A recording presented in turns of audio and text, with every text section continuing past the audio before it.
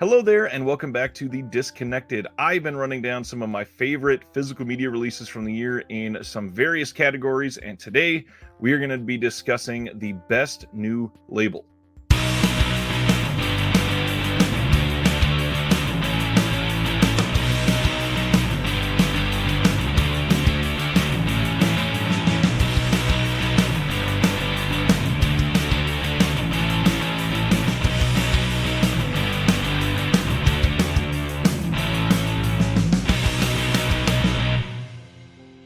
When it comes to boutique physical media labels, there's always at least a couple every year that put out their first release, and some of them don't always get it right on the first try, but then some of them just plain nail it. And this year, we had a handful of some really great entries. Chameleon Films in Australia came out hard hitting with three really great titles. We got VH Shitfest, one of the new Vinegar Syndrome partner labels that's put out some really wacky titles to end the year out for us. Really wanted to highlight Visual Vengeance, which is this new sub-label under Wild Eye, which classically Wild Eye's kind of been overlooked and relegated as this kind of shitty churn them out straight to DVD type titles. And the Visual Vengeance titles, they're actually really fun, and they're going all in on packaging and on special features, highlighting some old like shot on video and maybe some shot on film titles that are just underseen because it's from that particular scene. But we've been seeing a lot more of those through many of these labels actually this year. So it's just a new genre that they've been hitting pretty hard. And the final two that really were special for me are the ones that I wanted to highlight today. It's very difficult to say one of these is better than the other because they are both just exceptional at what they do.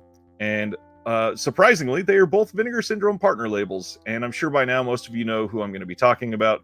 The first one has absolutely killed it. It seems like every single title they put out is prestigious in one way or another.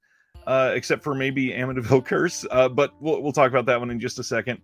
The releases from them are very high quality. We are getting a stupendous amount of extras, and that is Canadian International Pictures. And the titles they put out this year, I don't even know if this is all of them. This is just what I had nearby. The Mob, a film that a lot of people have responded very well to, one that I hope more people are checking out as they are seeing it in sales and stuff like that. The next one that I have here is The Kid Brother, one that is a story that a lot of people grabbed onto the moment it got released, and I'm glad that people are learning about Kenny and that story. And then we have Nobody Waved Goodbye. This is yet another one that came out from them that I'm just shocked how sort of under the radar some of these films went when we are so close to Canada here in the US, and we just simply do not embrace some of the films. Maybe the biggest title that they put out this year because of the name Buster Keaton. We got Buster Keaton Rides Again this year, and they also had on here Helicopter Canada. It is this really interesting double feature of films that I think kind of lit the site on fire when this got up, because a lot of people gravitated towards this, grabbed it, and have seemed to love it. And Canadian International Pictures has not disappointed this entire year. Two more here that I wanted to share. Amityville Curse, I brought this up just a minute ago. This sold out very quickly for the slipcover.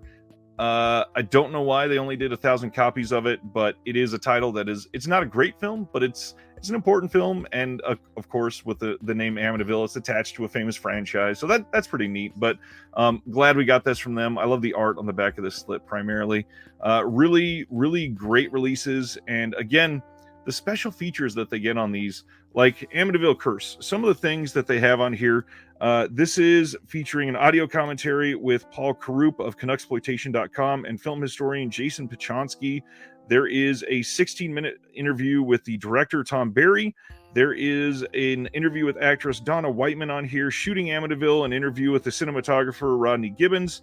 There is Gibbons reflecting on his entire body of work. There's also a booklet in here, which is just great to see, featuring a new motion picture Purgatory comic strip by Rick Trembles and an interview with ghost hunter and author Alexandra Holzer. There's also reversible cover artwork, and they just, again, OCN and their partner labels are really putting attention to detail on many of these releases. They could just release the film and probably still sell fairly well on some of these, But no, they're going the extra mile. And the newest one that just came in from Canadian International Pictures have not been able to do anything with yet, but it's got a very recognizable face and name with it. This is Donald Pleasance in The Rainbow Boys, and again, can't wait to see it. I'm very eager to see what this label continues to put out, because they've chosen very well, and the potential for basically any Canadian film is immense. There's so many great films that have come out from Canada that I'm just eager to see what well they dive into next. It's not been very genre focused, obviously. There's just a lot of Canada present, and that's how it should be with a label like that. So I'm glad that we're getting that. The next one. So this is kind of a big deal label for me. I've got like a 85-minute interview with the two gentlemen behind this label, and that is Deaf Crocodile. They originally made their name for doing a restoration for John Carpenter's Assault on Precinct 13.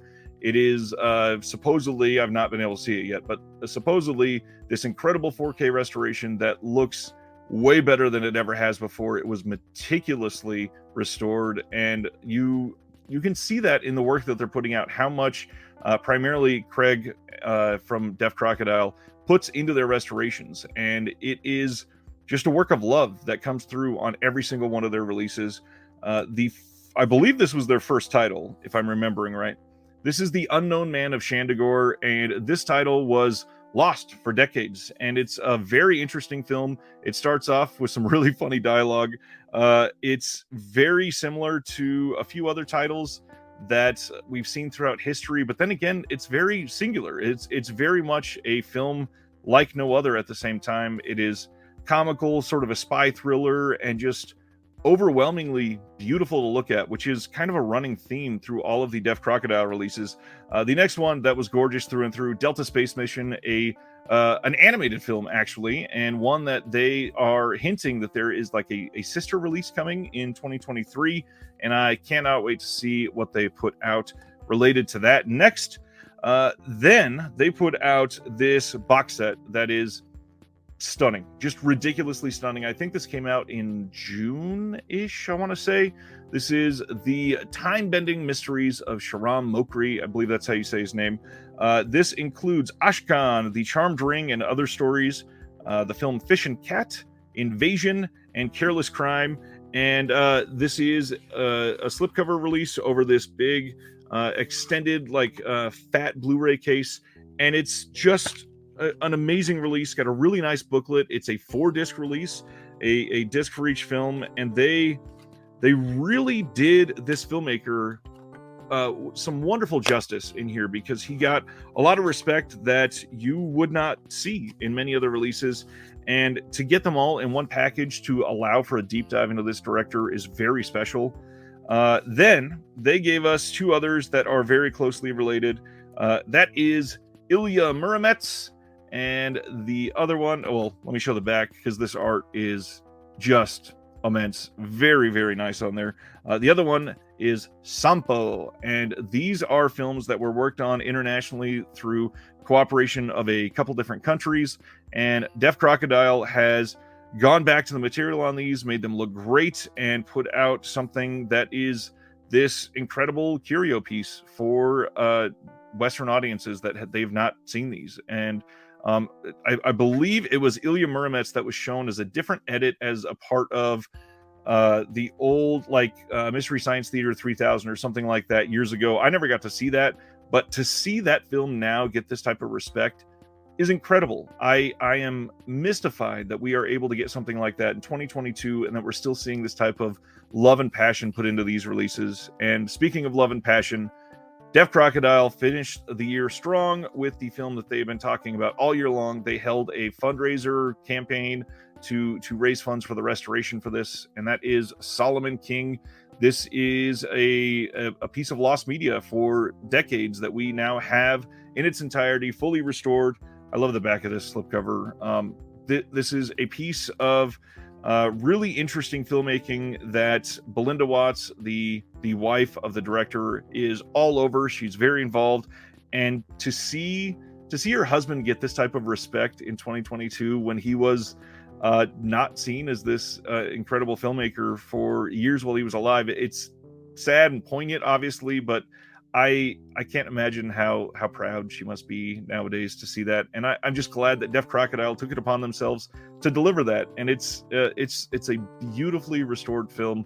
A lot of people are probably going to not love the film. It's not an incredible piece of filmmaking necessarily, but to accomplish this type of release in the way that he did, and then to hear the stories on the extras, is where this gets special. And the fact that Deaf Crocodile worked with UCLA and the wife and so many other entities to get the soundtrack remastered, to get the film restored, to put this out for the masses is an incredible accomplishment. And that's why these two labels from the OCN distribution side of things are really doing work that I think is special and important, and really aligns with my mission for archiving films and for just spreading good art out there for people to enjoy and analyze and be like reinvigorated and inspired by. And to see something like Solomon King, there are lots of ways to grab onto inspiration for a release like this. You can be inspired to make your own film. You can be inspired to get into film restoration, because again, the work that they were able to accomplish here is nothing short of amazing. The original film, before they restored it, was beyond yellowed. It was in ridiculously bad shape, dirt and hair all over it. It looked awful. And then the videos that they've released showing the scenes pre-restoration and post-restoration together are immaculate, and such an immense difference that I can see many people seeing this and running to research how to become somebody who's working in film restoration. So to all the new labels this year, obviously they're likely not going to see this, but I wanted to say a deep, heartfelt thank you for continuing to keep this going and doing what you can to keep film restoration and film preservation alive and well all throughout 2022. And until the next video, thank you and have a good night.